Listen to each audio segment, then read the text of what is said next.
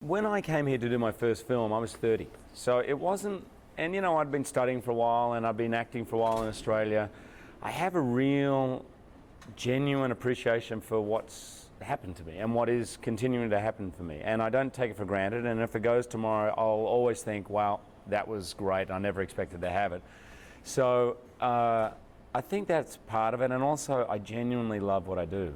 And so that's why I'm coming back to do the show, actually, because probably of all the things I do, being on stage and singing, just interacting with an audience, dancing is probably the thing I love the most. It's probably where I feel most comfortable. So it feels like coming home in a way. So it's, and my goal for this show was to create a show where I couldn't wait to do it.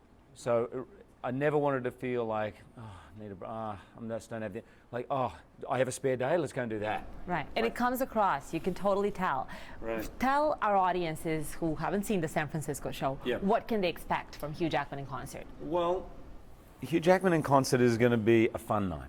I have a great time doing it. There's probably a third to a half of it is sort of musical theatre, Broadway related. Some of the stuff I've done a number of musicals in the past. Some people don't know that.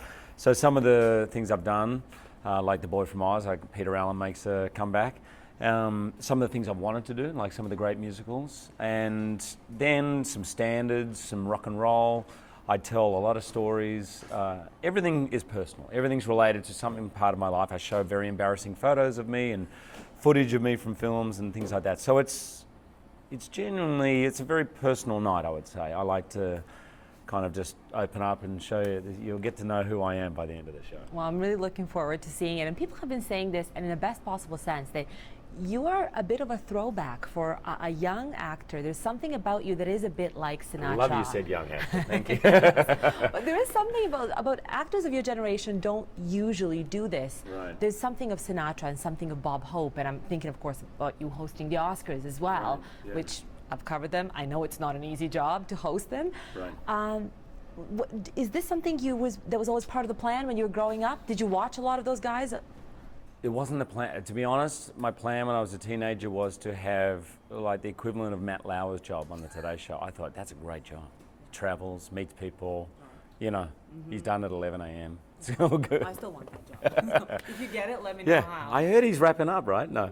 So, in a way, but from that you can see that, or a kind of variety show. A variety has always been something I love. One of my happiest times of my life was being at drama school.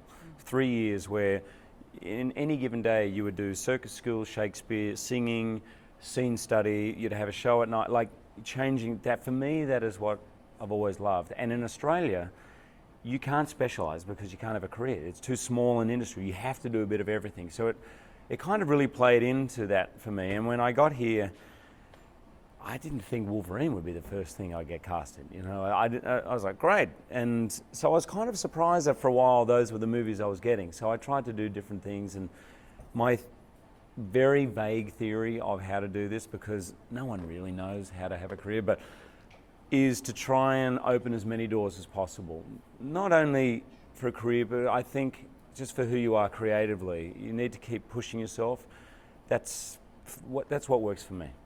I find if I do this show here in Toronto, I'm a better actor on film the next film I go to. It sharpens me in a way, and vice versa. So they feed into each other. Yeah. And just I wanted to ask you, you seem to have this kind of, there's a duality to your career that not a lot of other actors seem to be able to have. On the one hand, you're like this ultimate action hero, right. And I do believe Wolverine is Canadian, actually. He is Canadian. He is. You're right, the absolutely only Canadian right. X-Man. You know, I fought to have a Canadian accent in those movies, and everyone said no to me because I'm Australian. Right. They figured that everybody would think I just got the American accent wrong. Right. So I kind of understood that thinking. So I'm sorry, Canadian fans. He is Canadian. I do say that in the Wolverine movie. Yeah, I know. And why do you think people have been able to accept you as, on the one hand, this ultimate action hero, on the other hand, the Broadway guy? Honestly? Yeah. Honestly, because Wolverine happened first. I think if I got known for Broadway first here, I think I wouldn't have been cast in Wolverine, because it's a bit of a leap. But I think what happens now, I go to shows, and literally in this show, when I do it in San Francisco, I come out and I show some footage from Wolverine, and there's always a good 20 or 30 guys out there going, Wolverine! And I'm like, oh, man, you guys are in for a long night. if you thought I was just going to come and get the claws out and start slicing and dicing. I don't know what they expected.